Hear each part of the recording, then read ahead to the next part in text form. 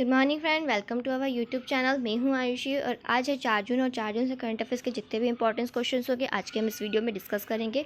तो बढ़ते हैं हमारे क्वेश्चंस की तरफ। और आज का जो हमारा पहला क्वेश्चन है वो है, किस देश में मानव में बर्ड फ्लू के H10N3 स्ट्रेन जो है संक्रमण का पहला मामला देखा गया है? तो इसका सही ऑप्शन है ऑप्शन डी, चीन में देखा गया है। तो हाल ही में जो है 3 देश में बर्ड फ्लू का H10N3 स्ट्रेन संक्रमण का पहला मामला देखा गया है। ये जो मामला है वो चीन के जो पूर्वी प्रांत थे जियांगसू में एक 41 वर्षीय जो व्यक्ति है उसमें ये मामला देखा गया है। H10 और N3 जो है एक कम रोगजनक या अपेक्षाकृत कम गंभीर वायरस है, इसमें इतना खतरे की बात नहीं है। लेकिन जो चीन है ये काफ़ी ज़्यादा बीमारियां लेकर ही आता है, कोई ना कोई वायरस यहाँ से आता ही रहता है, पता नहीं ये लोग क्या खाते हैं। और जो 2016 और 2017 के दौरान भी जो है H7N9 स्ट्रेन लगभग आया था और इसमें भी कभी वो काफ़ी गंभीर था और 300 लोगों की मौत होने के बाद बर्ड फ्लू के साथ मानव संक्रमण की कोई महत्वपूर्ण संख्या नहीं थी। मतलब इसके अलावा जो अभी आया है हाल ही में जो H10N3 जो आया है इतना गंभीर नहीं है और 41 वर्षीय व्यक्ति में देखा गया। इससे पहले भी एक स्ट्रेन आया था जो था H7N9 था, इसमें कम से कम 30 लोग जो मारे गए थे।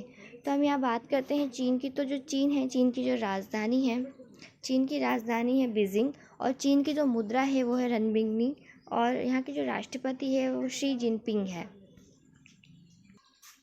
आज का हमारा सेकंड क्वेश्चन है, विश्व साइकिल दिवस वर्ल्ड बाइसिकल डे कब मनाया जाता है? तो इसका सही ऑप्शन है ऑप्शन सी, 3 जून को मनाया जाता है। तो जो विश्व साइकिल दिवस है वो 3 जून को मनाया जाता है और इस दिन की जो घोषणा की गई थी वो संयुक्त राष्ट्र के द्वारा 2018 में की गई थी। मतलब संयुक्त राष्ट्र ने 2018 में जो था 3 जून को विश्व साइकिल दिवस वर्ल्ड बाइसिकल डे की घोषणा की थी और इस दिन से ही कंटिन्यू 2018 से लगातार मनाया जा रहा है 3 जून को वर्ल्ड साइकिल डे। तो इसका जो उद्देश्य क्या था? तो इसका उद्देश्य यही है कि समाज के सभी सदस्यों के बीच जो है साइकिल को बढ़ावा देना। अब तो दौर चेंज हो गया है, बाइसिकल काफ़ी ज़्यादा कम देखने को मिलती है, मोटरसाइकिल का दौर आ गया है, इससे काफ़ी ज़्यादा पोल्यूशन भी हो रहा है। तो एक तरीके से यही है कि इंडिया जो पोल्यूशन है वो कम होगा। कभी आपने देखा होगा कि जो गूगल का ऑफिस है वहाँ पे अमेरिका वगैरह में देखना, जो गूगल के ऑफिस है में तो वहाँ पे कोई भी मोटरसाइकिल या कार का यूज़ नहीं करता है। वो पूरी जगह कितने भी बड़े पदाधिकारी क्यों ना हो वो सिर्फ साइकिल से ही आना जाना करते हैं। तो इन्हें भी यही कहा है कि इसलिए इस दिन को मनाया जा रहा है कि समाज में जो है सभी सदस्यों के बीच जो है साइकिल को बढ़ावा मिले, ताकि जितनी भी बीमारियां हो रही कहीं ना कहीं वो कम हो। ब्लड प्रेशर, शुगर, ये सारी बीमारियां पहले नहीं थी, पहले के टाइम में नहीं थी। पहले साइकिल से ही लोग आना जाना करते थे। अब जितनी आराम तो ज़िंदगी हो गई है उतनी ज़्यादा बीमारियाँ हो गई है। आज का हमारा थर्ड क्वेश्चन है कि हाल ही में किस बागवानी क्लस्टर विकास कार्यक्रम CDP का वर्चुअली शुभारंभ किया है? मतलब किसने किया है? तो इसका जो वर्चुअली शुभारंभ था वो किया है नरेंद्र सिंह तोमर ने। ऑप्शन ए जो है इसका करेक्ट आंसर होगा। तो हाल ही में जो है नरेंद्र सिंह तोमर है बागवानी क्लस्टर विकास कार्यक्रम का इन्होंने वर्चुअली शुभारंभ किया है। और ये जो है केंद्रीय कृषि और किसान कल्याण मंत्री नरेंद्र सिंह तोमर ने बागवानी के समग्र विकास को सुनिश्चित करने के लिए बागवानी क्लस्टर विकास कार्यक्रम CDP का वर्चुअली शुभारंभ किया है। प्रायोगिक तौर पर पहले इसे जो था 12 बागवानी समूह में लागू किया जाएगा। तो इसमें अगर क्वेश्चन आपको बनता है कि वर्चुअली बागवानी क्लस्टर विकास कार्यक्रम का वर्चुअली शुभारंभ किसने किया है? तो नरेंद्र सिंह तोमर ने किया है। आजकल जो है वर्चुअल्स को काफ़ी ज़्यादा महत्व दिया जा रहा है। जब से कोरोना आया है तो सारे काम जो है ज़्यादातर मीटिंग्स जो है सभी वर्चुअली हो रही है। तो इसमें जो क्वेश्चन आएगा वो आप ध्यान रखना कि बागवानी क्लस्टर विकास कार्यक्रम CDP का वर्चुअली शुभारंभ किसने किया है? तो इसका सही ऑप्शन नरेंद्र सिंह तोमर, और ये क्या है? केंद्रीय कृषि और किसान कल्याण मंत्री है। आज का हमारा फोर्थ क्वेश्चन है कि किस व्यक्ति को इजराइल का नया राष्ट्रपति चुना गया है? तो इसका सही ऑप्शन है ऑप्शन बी, इसाक हर्जोग को। तो इसाक हर्जोग जो है इन्हें इजराइल का नया राष्ट्रपति चुना गया है। तो आपको मैं एक बात बता दूं कि इजराइल जो है, इससे अगर कोई भी क्वेश्चन अगर अभी हाल ही में कोई करंट अफेयर्स में आ रहा है तो बहुत ही इंपॉर्टेंट है, क्योंकि अभी काफ़ी ज़्यादा चर्चा में बातें रही है इजराइल की। तो ये आएगा ही किसी न किसी एग्ज़ाम में जो है, अगर इजराइल के क्वेश्चन पूछे जा रहे हैं तो इन्हें आप पहले ही हाइट कर लीजिए, क्योंकि हाँ ये क्वेश्चन आएंगे ही। तो इज़राइल के जो अभी राष्ट्रपति चुने गए हैं वो है इसहाक हर्ज़ोग, और ये जो इनकी उम्र है वो है 60 वर्षीय, और इन्हें अभी चुन तो लिया गया है, लेकिन जो इनका कार्यकाल शुरू होगा वो 9 जुलाई 2021 से शुरू होगा। 9 जुलाई 2021 से ये अपना पदभार संभालेंगे, और इज़राइल में जब ये अपना पदभार संभालेंगे तो ये इज़राइल के 11वें राष्ट्रपति होंगे। वह स्वेन रिवलिन का स्थान लेंगे, मतलब इनके पहले जो थे राष्ट्रपति वो थे रुवेल रिवलिन, और जो 7 साल के कार्यकाल के बाद जुलाई 2021 में अपना कार्यकाल पूरा करने के लिए तैयार है। अब इज़राइल की बात करें तो यहाँ 3 चीज़ें इज़राइल के बारे में जो बहुत इंपॉर्टेंट है। पहली है कि यहाँ के प्रधानमंत्री कौन है, तो यहाँ के जो प्रधानमंत्री है बेंजामिन नेतन्याहू हैं। इज़राइल की राजधानी क्या है, तो वो है यरूशलेम, और इज़राइल की जो मुद्रा है वो है इज़राइली शेकेल। आज का हमारा 5th क्वेश्चन है कि हाल ही में किसे नौसेना स्टाफ के उप प्रमुख के रूप में नियुक्त किया गया है, तो इसका सही ऑप्शन होगा ऑप्शन डी जो है एडमिरल रवनीश सिंह को। तो हाल ही में जो है नौसेना स्टाफ के उप प्रमुख जो है एडमिरल रवनीश सिंह को जो उप प्रमुख के रूप में नियुक्त किया है। इस पद पर उन्होंने वाइस एडमिरल MS पवार का स्थान लिया, जो 31 मई को सेवानिवृत्त हुए। आज का हमारा 6th क्वेश्चन है कि हाल ही में किसे CSIR centre for cellular and molecular biology Hyderabad Telangana का निदेशक नियुक्त किया है, तो इसका सही आंसर है ऑप्शन सी डॉक्टर विनय के नंदीकुरी। तो हाल ही में जो है CSIR centre for cellular and molecular biology Hyderabad Telangana के जो निदेशक है वो डॉक्टर विनय के नंदीकुरी है। डॉक्टर विनय की नंदीकुरी जो है वो शोध रुचि माइक्रोबैक्टीरियम ट्यूबरक्लोसिस, यहाँ पे जो माइक्रोबैक्टीरियम ट्यूबरक्लोसिस आता है, जब भी ये माइंड में आए तो ये सीधे जानना चाहिए कि हाँ ये सूक्ष्मजीव जो है टीबी से रिलेटेड है, मतलब टीबी की बीमारी से रिलेटेड है। तो माइक्रोबैक्टीरियम ट्यूबरक्लोसिस वह सूक्ष्मजीव है जिसके कारण टीबी होती है, ठीक है, में आणविक सिग्नल नेटवर्क तथा फैली हुई है, और इनके शोध को राष्ट्रीय अंतर्राष्ट्रीय प्रासंगिकता और मान्यता मिली। मतलब इनका जो इन नंद कुमारी की जो रुचि है, इनकी जो रुचि काय में है, इनकी रुचि है माइक्रोबैक्टीरियम ट्यूबरक्लोसिस, वह सूक्ष्मजीव जो कि जिसके कारण टीबी होती में इनकी जो रुचि है वो आणविक सिग्नलिंग नेटवर्क तक फैली हुई है। तो इसी को देखते हुए जो है इनके शोध को राष्ट्रीय अंतर्राष्ट्रीय प्रासंगिकता और मान्यता मिली है, और इन्हें जो है CSIR centre for cellular and molecular biology Hyderabad Telangana का जो है निदेशक चुना गया है। तो यहाँ पे जो सेंटर की बात हो रही है, centre for cellular and molecular biology, तो इसकी स्थापना जो थी 1977 में की गई थी, और ये कहाँ सिचुएटेड है, हैदराबाद तेलंगाना में सिचुएटेड है। आज का हमारा 7th क्वेश्चन है कि हाल ही में किसे असम राइफल्स के 21वें महानिदेशक के रूप में पदभार संभाला है, तो इसका सही आंसर है option D Lieutenant General Pradeep Chandra Nair. तो हाल ही में जो है Lieutenant General Pradeep Chandra Nair Assam Rifles के 21वें महानिदेशक के रूप में जो है पदभार ग्रहण किया। इन्होंने पहले असम राइफल्स में एक इंस्पेक्टर जनरल और एक कंपनी कमांडर के रूप में कार्य किया है। इसके अलावा इन्होंने एक ब्रिगेड कमांडर के रूप में असम राइफल बटालियन की कमान संभाली थी, लेकिन अब इन्हें बहुत ही बड़ी पदवी दे दी, महानिदेशक की पदवी दे दी है, मतलब इनको महानिदेशक का पदभार दे दिया गया है, और ये 21वें महानिदेशक होंगे। और कौन होंगे, lieutenant General Pradeep Chandra Nair Assam rifle के 21वें महानिदेशक होंगे, लेफ्टिनेंट जनरल प्रदम चंद्र नायर। अब यहाँ पे असम राइफल की बात करें तो असम राइफल जो था 1835 में अस्तित्व में आया था, और असम राइफल का जो मुख्यालय है वो मेघालय की राजधानी शिलोंग में है।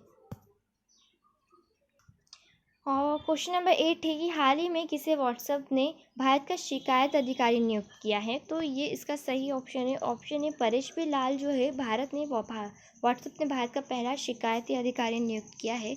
तो अभी हाल ही में सब IT का आदेश था कि सभी जो सोशल मीडिया साइट है व्हाट्सएप इंस्टा वगैरह ये जो है कहीं ना कहीं बंद हो जाएगी, क्योंकि इसका काफ़ी रीज़न था कि इनमें कोई शिकायत करता नहीं था, और ये काफ़ी सारे रूल्स भी थे, क्योंकि कहीं ना कहीं यहाँ पे जो कुछ पोस्ट होती है वो अच्छी पोस्ट नहीं होती, तो उनकी शिकायत की जाए, क्योंकि उन पोस्ट से काफ़ी ज़्यादा मिसयूज़ भी हो रहा था। तो कोई शिकायत करने वाला नहीं था कि लोग शिकायत कहाँ करें जिन्हें ये चीज़ें अच्छी नहीं लगती है। तो उसके लिए IT ने आदेश दिया था कि आप कुछ ऐसे शिकायतकर्ता को अपनी उसमें नियुक्त करे, तो इन्होंने पहले उस पर इतना ध्यान नहीं दिया था, फिर एकदम कड़ा कानून किया गया तो कहीं न कहीं ये सारी चीज़ें डर गई। तो सबसे पहले जो व्हाट्सएप है उन्होंने भारत शिकायत अधिकारी नियुक्त कर दिया है। तो उन्होंने जो था परेश पी लाल को जो है व्हाट्सएप ने भारत का शिकायती अधिकारी नियुक्त किया। अगर ये ऐसा नहीं करते तो ये सारी जो वेबसाइट्स है, ये सारे जो सोशल मीडिया है, कहीं न कहीं इंडिया से बैन हो जाएँगे एक दिन। लेकिन व्हाट्सएप ने अपना कदम उठाया है और उन्होंने परेश बी लाल को जो है भारत का शिकायती अधिकारी नियुक्त कर लिया है। तो यह जो नियुक्ति हुई है ये सरकार के नए आईटी आदेश के अनुरूप हुई है, जिसमें गूगल, फेसबुक, व्हाट्सएप जैसी कई तकनीकी कंपनियां जो है उन्हें भारत से एक शिकायत अधिकारी, नोडल अधिकारी और एक मुख्य अनुपालन अधिकारी नियुक्त करने के लिए कहा गया है। ये शिकायत अधिकारी जो है 24 घंटे के भीतर शिकायत का समाधान करेंगे और 15 दिनों के भीतर शिकायत का निपटारा करेंगे। तो इनके लिए सबसे पहले जो है व्हाट्सएप ने लिया है। अब गूगल और फेसबुक का पता नहीं कब आएगा।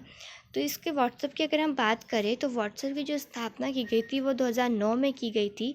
इसके जो सीईओ है वो है विल कैथॉर्ट, मार्च 2019 में बने थे। मुख्यालय जो है इसका कैलिफोर्निया यूएसए में है। और एपिक के अधिग्रहण कब आया था, तो एपिक में जब इसका अधिग्रहण हुआ था वो हुआ था 19 फरवरी 2014 को एपिक में इसका अधिग्रहण हो गया था। व्हाट्सएप के जो संस्थापक है वो है जॉन को ब्राउन एक्टन। व्हाट्सएप का जो मूल संगठन है वो फेसबुक है। आज का हमारा 9 क्वेश्चन है कि हाल ही में भारत ने किस अभियान के लिए विश्व बैंक के साथ $200 मिलियन के ऋण के लिए समझौता किया है। तो उसका सही ऑप्शन है राष्ट्रीय पोषण अभियान के लिए किया है। तो हाल ही में जो है भारत ने राष्ट्रीय पोषण अभियान के लिए विश्व बैंक के साथ $200 मिलियन ऋण के लिए समझौता किया है। तो ये सारे न्यूज़पेपर में अभी देखने मिल रहा है, क्योंकि जब से समझौता हुआ है तब से ही सबसे पहले फ्रंट पेज पर ही या बीच में पेज पर ही ये राष्ट्रीय पोषण अभियान की ऐड आती है। तो राष्ट्रीय पोषण अभियान की जो शुरुआत जो की थी वो थी प्रधानमंत्री नरेंद्र मोदी ने महिला दिवस के मौके पर की थी 8 मार्च को। राजस्थान में झुंझुनू जिले में उन्होंने की थी। तो ये इम्पोर्टेंट है कि पोषण अभियान की शुरुआत किसने की थी, तो प्रधानमंत्री नरेंद्र मोदी ने की थी। और महिला दिवस के मौके पर की थी तो कहाँ की थी, राजस्थान के झुंझुनू जिले में की थी। और यह मिशन का जो क्या है उद्देश्य, तो यह मिशन जो है बच्चों, गर्भवती महिलाओं और जो स्तनपान करने वाली माताओं के लिए पोषण संबंधी परिणामों में सुधार करने हेतु भारत सरकार का ये प्रमुख कार्यक्रम है। तो इस रणनीति का जो उद्देश्य 2022 तक भारत को कुपोषण से मुक्त करना है। सीधा सिंपल है, भारत को कुपोषण मुक्त करना है। और राष्ट्रीय पोषण मिशन जिसकी शुरुआत प्रधानमंत्री नरेंद्र मोदी ने की है और 8 मार्च को हुई थी महिला दिवस के मौके पर।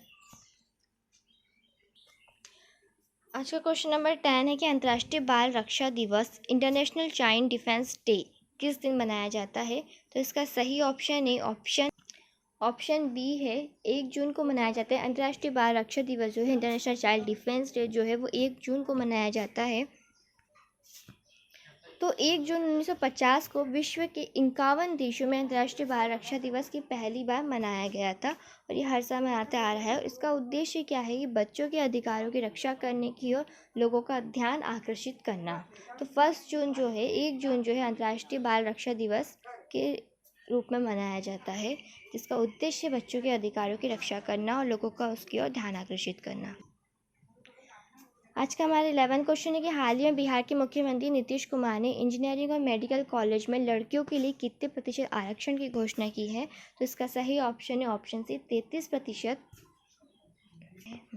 तो हाल ही में जो है बिहार के मुख्यमंत्री जो नीतीश कुमार है, इन्होंने इंजीनियरिंग और मेडिकल कॉलेज में लड़कियों के लिए जो है 33% का आरक्षण की घोषणा की है। तो इस आरक्षण के तहत अब 33% आरक्षण है, मतलब इतने ही इसमें एडमिशन ले सकती है लड़कियां। तो गौरतलब है कि राज्य सरकार के अनुसार इस कदम से इंजीनियरिंग और मेडिकल के क्षेत्रों में लड़कियों की संख्या में वृद्धि होगी और उन्हें इस क्षेत्र में प्रवेश करने के लिए प्रोत्साहन मिलेगा।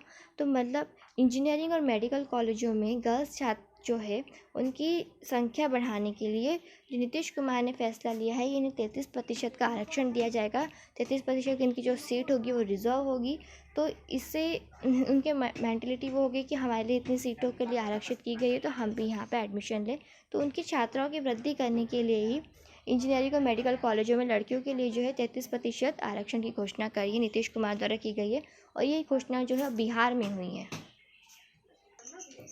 आज का हमारा 12th क्वेश्चन है कि किस राज्य सरकार ने हाल ही में घोषणा की है कि ऐसे अनाथ बच्चों के नाम 5 लाख रुपए समाधि जमा किए जाएंगे जिनके माता पिता में से कम किसी एक की कोविड-19 की वजह से मृत्यु हो गई है। तो इसका सही ऑप्शन है ऑप्शन ए, महाराष्ट्र सरकार ने ये घोषणा की है। तो हाल ही में जो है महाराष्ट्र राज्य सरकार उन्होंने घोषणा कर दी है कि ऐसे अनाथ बच्चों के नाम 5 लाख रुपए सावधि जमा किए जाएंगे जिनके माता पिता में से कम किसी एक कोविड की वजह से जिनकी जो मृत्यु हो गई है।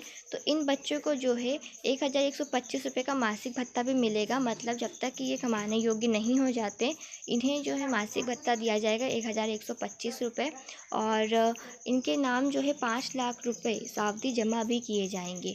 तो अब मैं महाराष्ट्र की बात करते हैं। तो महाराष्ट्र की जो कैपिटल है वो है मुंबई और यहाँ की जो पॉपुलेशन है वो है 11.42 करोड़ रुपए सॉरी पॉपुलेशन जो है यहाँ की 11.42 करोड़ से। और यहाँ के जो गवर्नर है वो है भगत सिंह कोश्यारी और जो चीफ मिनिस्टर है यहाँ की वो है उद्धव ठाकरे जी।